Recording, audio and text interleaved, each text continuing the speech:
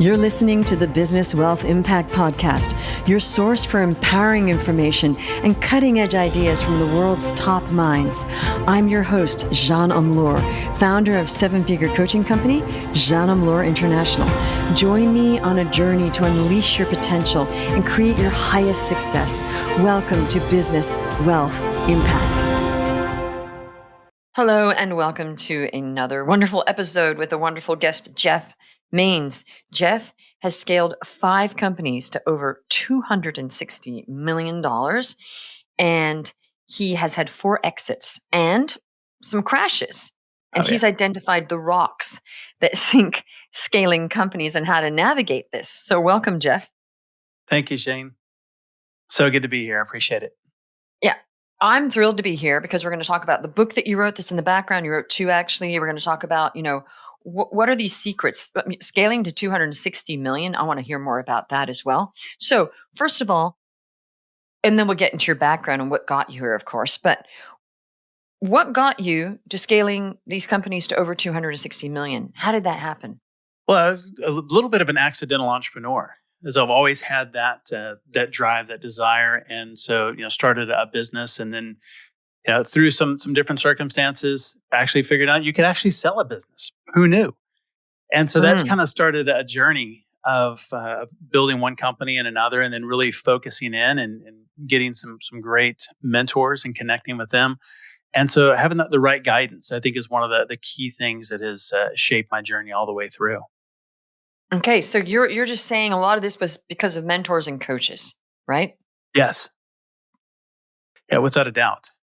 Okay, now it's not just the fact of having a mentor or a coach, it's what they're helping you with. So you wrote a book on this, Small Fish, Big Pond, and what's the subtitle of that book? It is Small Fish, Big Pond, building a world-class business that swims circles around competitors. Great. How do we do that? Let's, apart from get help, right? I mean, if that were all that it were, you just say get a coach, right? Right, So right. how do we unlock, what are those keys? I mean, do you know what I mean? There's a lot of books about a lot of things, but there's the core thing. What are the core things that get people doing what you just said, swimming circles around your competitors? What are those things? Well, the book really dives deep into that and specifically follows a journey. It's part narrative, part business content, and it really looks at it through the eyes of an entrepreneur. And so, and also exploring business through the world of fish. So a pretty unique perspective there, and how fish survive in the ocean and what they do, and leveraging their unique capabilities, the same way that entrepreneurs can do the same thing. So one of the first things you talk about in there is, if you want to get big, go small. Huge mistake that I made early on, and so many other entrepreneurs make as well, is we try and go as broad as possible. We don't want to say no to business because we're starving for revenue. And so we want to just say yes to everything. And what happens when we do that, when we say yes to everybody, or we try and market to everyone, we're really for no one. And so the smaller, the more focused we can get, and really on the problem that we solve and who we solve it for, the faster we grow. And so that was like one of the examples in the book, just one of the principles. So I love you're talking about fish, and I agree with you because I came up with something called the dolphin call. Well, dolphins aren't really a fish. And my idea is what you're saying, that you can't market to everybody. And, dolphins communicate with other dolphins. They're on a different radio frequency. Yes. And really, really good marketing, and I agree with you, is you're getting on the dolphin's frequency. You're a dolphin, they're a dolphin, and you're communicating, and nobody else can hear you, but that doesn't matter because you're not worried about losing the little fish, right? Right. Hey, you're talking to other dolphins. They get it. Yes, they get it. And that's all you care about. So when you say go big, what you mean is go broad and try to serve the world, not go big by growing big. That's not what you meant. Right. Okay. That's correct. If you want to get big, you have to go small. Yes, it'd be very small, specialized. And that dolphin call, it's a great idea. Great visual picture, because you really want your audience to hear your message. And your message is not for everyone. It is for a specific someone.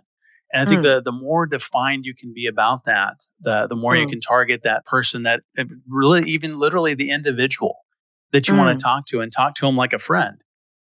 Mm-hmm. And that's marketing. We get weird when we start talking about marketing and messaging and all that kind of stuff. Mm-hmm.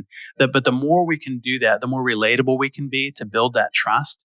Mm-hmm. With that individual, with the market, with those other dolphins, the Right. faster we grow and we get big. So if you want to get big, you start by going small, very narrow, targeted. Right. Narrow. Okay. Now let's talk about specifics. One of your companies was 260 million plus, or they were all over 260 million. What was the one that you exited that you grew to the largest amount? What was that?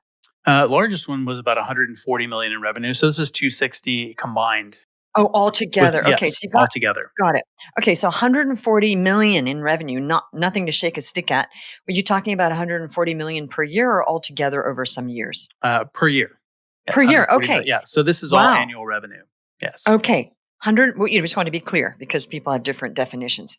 What Sure. was that business? I'm super curious. So we're doing outsourcing, project outsourcing in IT, specifically around Oh. SAP implementations. Mm, Doing okay. business consulting, doing project work. And you made 140 million per year. Yes. How did that happen? You got from where did you start? Was that starting from scratch or did Starting you from buy it? zero. Starting from zero. Okay. So, Yeah, starting from zero. There are four of us kind of sitting around looking at each other, two people who really had deep expertise in there. We had mhm, a kind of an operations person and myself, really kind of sales mhm, and marketing. mhm, And it started with really, putting two people on a project and growing from mhm. there. And Okay, so that awesome. I was love this. tremendously fun. You bootstrapped this from zero, right? Yes. Yes. Okay. Now, this And wasn't just getting, let's be real, because I know about marketing. All right. I want more like, dirt here. So good dirt, good soil. It's not just because you got clear on your messaging that this happened. $140 million a year. There was a lot that went on, I know. So how did that really happen? Okay. So you got clear on the messaging. sure. Then what happened? What really got you there?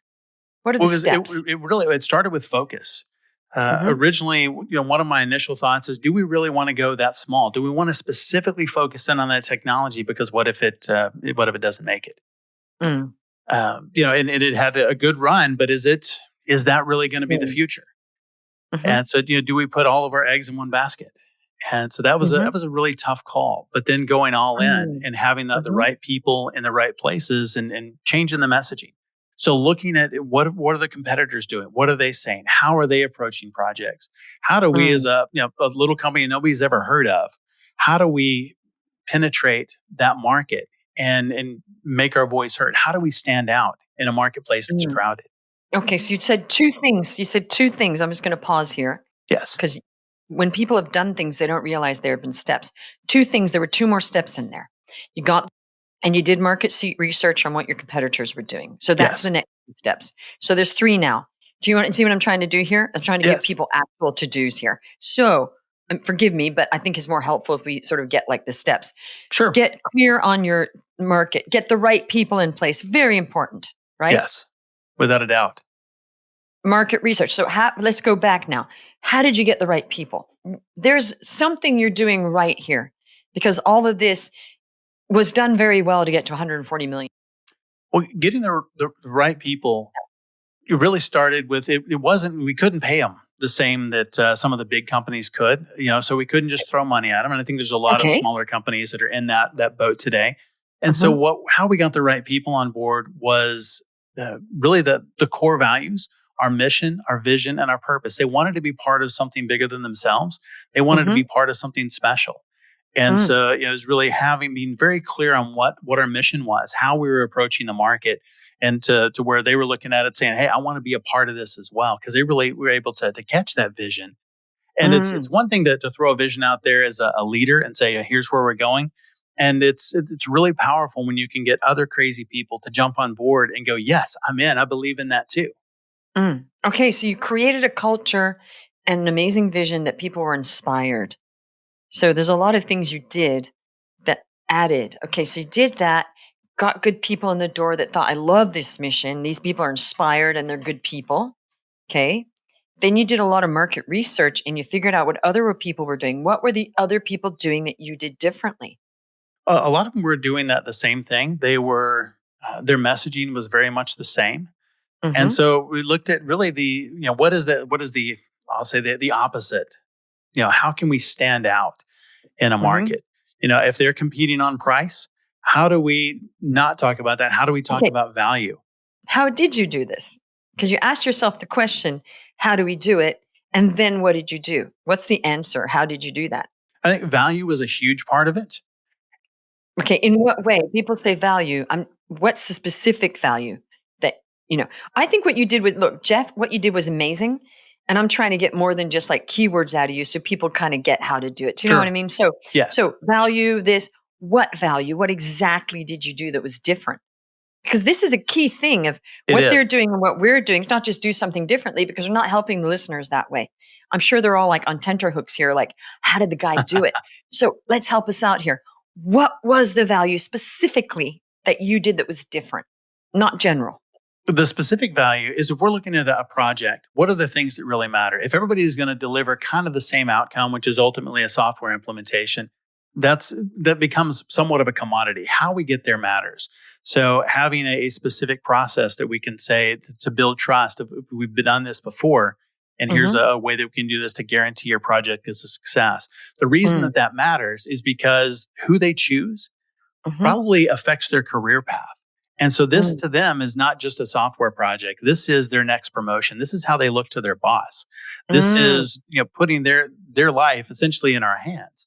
And so mm, making sure that there is that we're adding value, not just in doing the work. I mean, that's kind of the bare mm-hmm. minimum is just getting the Right. work done, but making them look really good in the process and making sure that they know that we've got their back, whether it is, in scope, whether it's out of scope, whether it is part of the project, if it is outside of that. So I think, that people are going to show up on time, that if they Mm-hmm. commit to us, that we've got something that is pre-configured. How can we accelerate their Mm, implementation in a project that is notoriously behind schedule and over budget, and things don't go well? How do we give them the feeling that we're going to deliver for them even okay. beforehand? And so I think that's really what I'm talking about with value is understanding where they are emotionally and help them achieve those needs themselves. What are they looking for? The decision maker. What's the decision maker really Mm, looking for beyond just kind of the basics of what the mm. product is supposed to deliver? Got it. So, how did you? So, you went in and said, hey, we need to be better than our competitors. What are they doing? Are they doing this? Were they not doing that? They weren't. They were just delivering it. Is that what the problem was? Correct. So they're delivering Ah. a lot of their messaging was very much the same. And so they're talking about capabilities, they're talking about solutions, Mm, they're talking about features. And you can go in and feature dump, and that gives you one level of mhm, credibility, or you can go in mhm, and really understand what's going on and build relationships. And you can do that very mhm, quickly. It's not like it takes 6 months to do that. But to, mhm, to build a relationship, understand what are the real outcomes they're looking for beyond just the features and the deliverables. It's mm, not just having the slide and the deck that has, here are all of our wins and logos. mhm. That's fine. Who cares? It's not about all Right. those other companies. It's about them. And I think Mhm, that's one of the things that we can shift is instead of making it about all the stuff out there, making it really about them and their project. mhm, The solution that is really for them, mm. not everything else. Okay. So that's what you did. You said, hey, Correct. we're going to make it about you. So you got up deep, close, and personal right away and said, hey, sure, we can deliver this all. But beyond that, what's going to make your day here? And then they're going to share with you, well, actually, we're really behind. It's going to make, so you made it your business to make them look good and help their careers and not just deliver.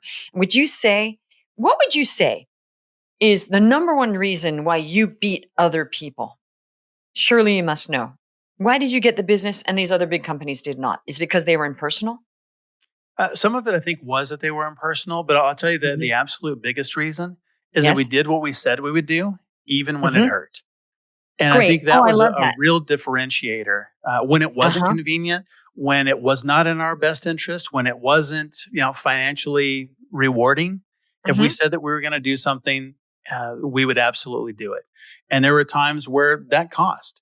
It Mm. cost revenue, it cost Time. time, it cost people, but it is making those hard decisions. And they it's really having a partner that they knew that they could count on, Mm. even when it wasn't in our favor. When Right. things Okay. were not going well, that we would own it. And I think Right. that's a really big differentiator. Instead of saying it's somebody else's fault or blaming it on Mhm. whatever, Mhm. doesn't really matter whose fault it is when you're in the trenches. It's we've got a problem that we've got to get in there and solve together. And Right. we said that we're going to do it. And Mhm. if it's our problem, if it's somebody else's problem, how can we fix our own problem? And if it's somebody else's, maybe we're not really responsible for it, but how can we step up and save the day in those situations Right. as well? And I think that's a real differentiator I is do. acting like a Yes. partner, not as a vendor. Okay, I was trying to get to that, okay? But that is what got you the business because I was like, "Why what's so different that made this happen?"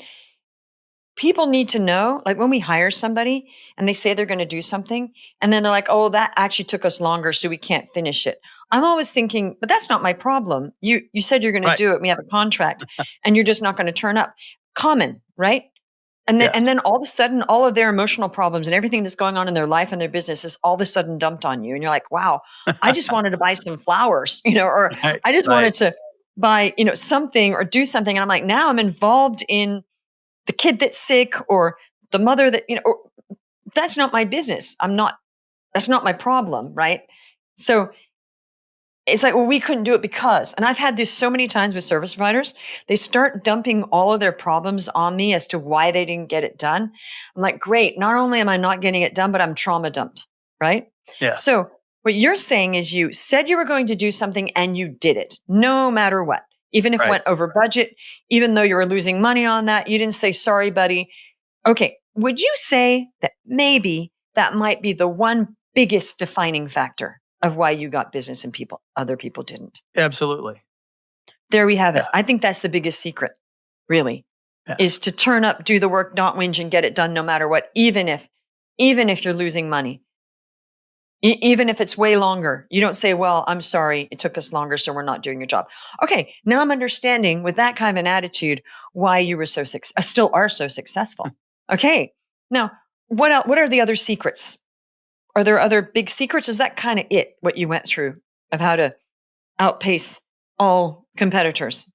For that, I think that was one of the biggest Hmm. secrets there.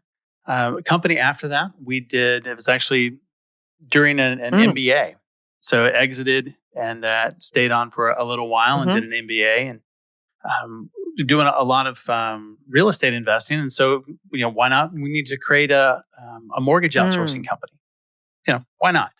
And so it was something that kind of started as an MBA project. And I was with somebody in there. And my problem was, I couldn't get loans closed fast enough. And he was actually a VP and Mhm. a lender and was losing out on commissions because he couldn't get loans Mm. closed fast enough. And so he actually started it as an MBA Mhm. project. And, of course, I mean, anybody can kind of do that. It's a Mhm. commodity. You're not actually Mhm. lending the money. But what we did is how do we take this? How do we go build the other side, which is, you've got a two-sided marketplace. You've got one where, loans, we need to go find a bunch of Mm. people that need loans. And so we could go out there and do a bunch of marketing that's expensive. And so figuring out how do we do this? And what we did is we tapped into regional banks, credit unions, mm, things like that, financial institutions that didn't have full-time Mm. mortgage staff. And so they just had a few programs if they had any at all. And so went to them in the beginning. Here's the market research again, and asking them, hey, if this was something that you were to offer, what would you Mm. like it to be? If you could create anything, what would that look like? And so taking their input, we actually crafted this, and this became the MBA Mhm. project. And then at the end, went back and pitched it to them and said, hey, this thing that you helped us create, Mm. this is it. And they're like, wow, this is exactly what we Mm. asked for. I'm like, amazing, right? And so I think that's one of the things that is missed so often is not actually having enough discussions in the beginning to really understand what it is, because we may have an idea of, hey, I want to Mhm. create this thing. I think this is a Mhm. good idea, but it doesn't matter if I think it's a Mhm. good idea. What matters is if the people who are going to pay for it think I it's a good agree. idea. Yeah. And when you can get their input, when you can actually have them help you co-build it, tell you exactly what they wanted, then it's a whole lot easier to sell instead of creating it in a vacuum and thinking, hey, I built this great thing. Now I'm in search of a market to sell it. which I think so many entrepreneurs get that backwards, is they build the thing and then take it out to market and try to sell it instead of go to market first, really do the research and understand what it is that people want to buy and then build the thing. Agreed. When people say to me, build it and they will come, I cringe when I hear that. They all think because a Yes. movie called Field of Dreams talks about build it and they will come, that it's talking about business. And that's just put so many people in the wrong position. I keep hearing that. And I'm like, no, not build it and they will come. You build it while you're learning about it, but you don't build it before because you want to get insight from the people. And also this thing about, well, this is what I want to do. And so I'm just going to offer that. That's very egotistical. I want to do this, so I'm just going to hope or pray or force it on people because I want to do that. Well, maybe what you want to do is like very tiny market and nobody really wants it except you and a couple people. So great, but you're not going to be able to build a great business out of that because you just want to do that. Okay, so again, when you say MBA, do you mean you were doing a master's in business administration? Is that what happened? Yes. Oh, that kind of, okay, good. All right. And you just, great. And that ended up working. And then you applied the same principles, I'm guessing, to building that business up. Yes, correct. Great. Okay, awesome. So basically, we just have to do the right thing, you're saying, like get clear on our messaging, get the right people, do some market research, and do the right thing, and we'll be billionaires. Correct? If only it was that easy. But it's when I have done the opposite of that, when I have just created my own thing and then tried to go find a market for it, that's where the crash has happened. So tell us about the crash. Tell us about the mistake you make. Tell us about the biggest, fattest mistake you made. Let's hear that one. Oh, there's so many. Let's hear about one of the crashes. What happened? One of the worst mistakes I made was in just like we were talking about a minute ago, building a team is a huge lesson that I learned about delegation. And so building a company and we had just crossed over $1 million a month in revenue, things are going great, and hired somebody and put them into a role. And it's kind of taking on a piece of the business that I really didn't understand. And, just kind of threw it over the fence and here, you take this because I don't get it. And within 6 months, it turned a $12 million revenue stream into a $5 million loss. Wow. And like the revenue went away and then we're in the whole $5 million. Okay. Can I ask about that? Yes. What happened? How did he affect the whole business when he was taking care of part of it that you didn't understand? Essentially doing some pretty shady things. Oh, you didn't understand what he was doing and it was shady stuff. Correct. Oh, so he was embezzling. Correct. Yeah, I didn't understand that the business, and so he's able to take advantage of that and be able to do some shady things in the business. And it killed the revenue stream and put us in a pretty significant hole. But a huge lesson between the difference between delegation and abdication. Right. Yes. We're delegating it and having checkpoints, understanding what the trajectory is, what does good look like, and maintaining control that way instead of abdication of throwing it over the fence and hoping that everything's hoping for the best. Going to be okay. Now people do this a lot, and I call this monkey marketing. Yes. I call it the monkey marketing, where it's like, oh, okay, well, I hope that's going to go okay because their hands are over their eyes. So, and I agree with you. We need to fully understand something before we can pass it on to somebody else, so we understand what's going wrong instead of just here. I don't understand this. They're thinking, cool, I'll do what I want. But I have a question. Right. Did he make money off it because he was funneling funds to himself? Yes. Yes. This is not uncommon. Okay, so you were stressed out. You thought you'd take care of it. And so did that destroy the business, or were you able to pick it up and reboot it? No, we're able to pick it up and come back. And it was one of the absolute lowest points. But was able to get that company back on track and survive. And it was extremely painful, and it was a really rough couple of years after that, and building back as we it's just the high of doing really well and kind of that great growth, and then the cliff because of one bad mistake with one bad hire. Yeah, and destroy your one company. Bad hire. One bad hire. One person can single-handedly destroy your company. Listen up, folks. One person, and we know that though, but it's not often that extreme. Now, is that before you'd had this very successful business, or is that after you'd have had some successful business? It was actually after.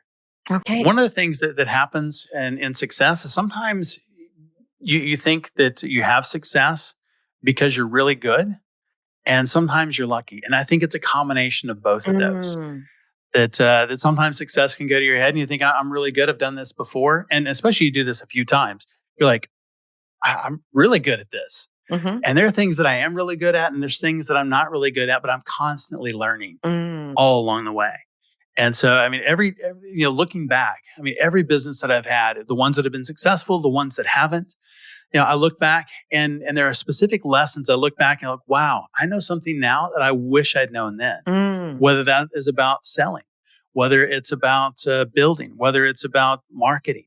And so it's that constant journey of learning and continuing to develop over time, and not just thinking, I must be really good because I did this. Mm. Okay. And now you're helping. Now you've actually started a company where you're teaching this to people, right? Yes, correct. Right. Okay. Because you Have learned other so much. entrepreneurs do what I've done. Right. Cool. Now I like what you said because we're all human. It's not like we're never going to make another mistake. However, I hope people are listening because that is one huge mistake that is destroying a lot of business is hiring the wrong people. And they might not have somebody completely dishonest, but even somebody incompetent can be like a bull in a china shop with your company, right? Just Yes. Yes. incompetence.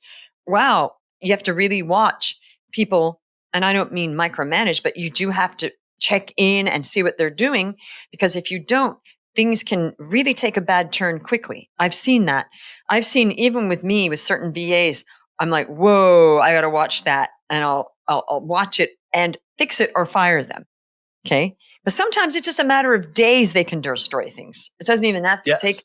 that long, right? So you got to be very careful about who you hire and really coach them well and make it a team member. You don't throw things at the new hire or the VA or whoever it is because they're all important and say go do that. And a lot of people, especially when they have virtual assistants, they just throw a bunch of work at them that not explained properly. And the VA Right. just goes, yes, because they're afraid of saying they don't understand because they need the job, right? Can you do this? Yes.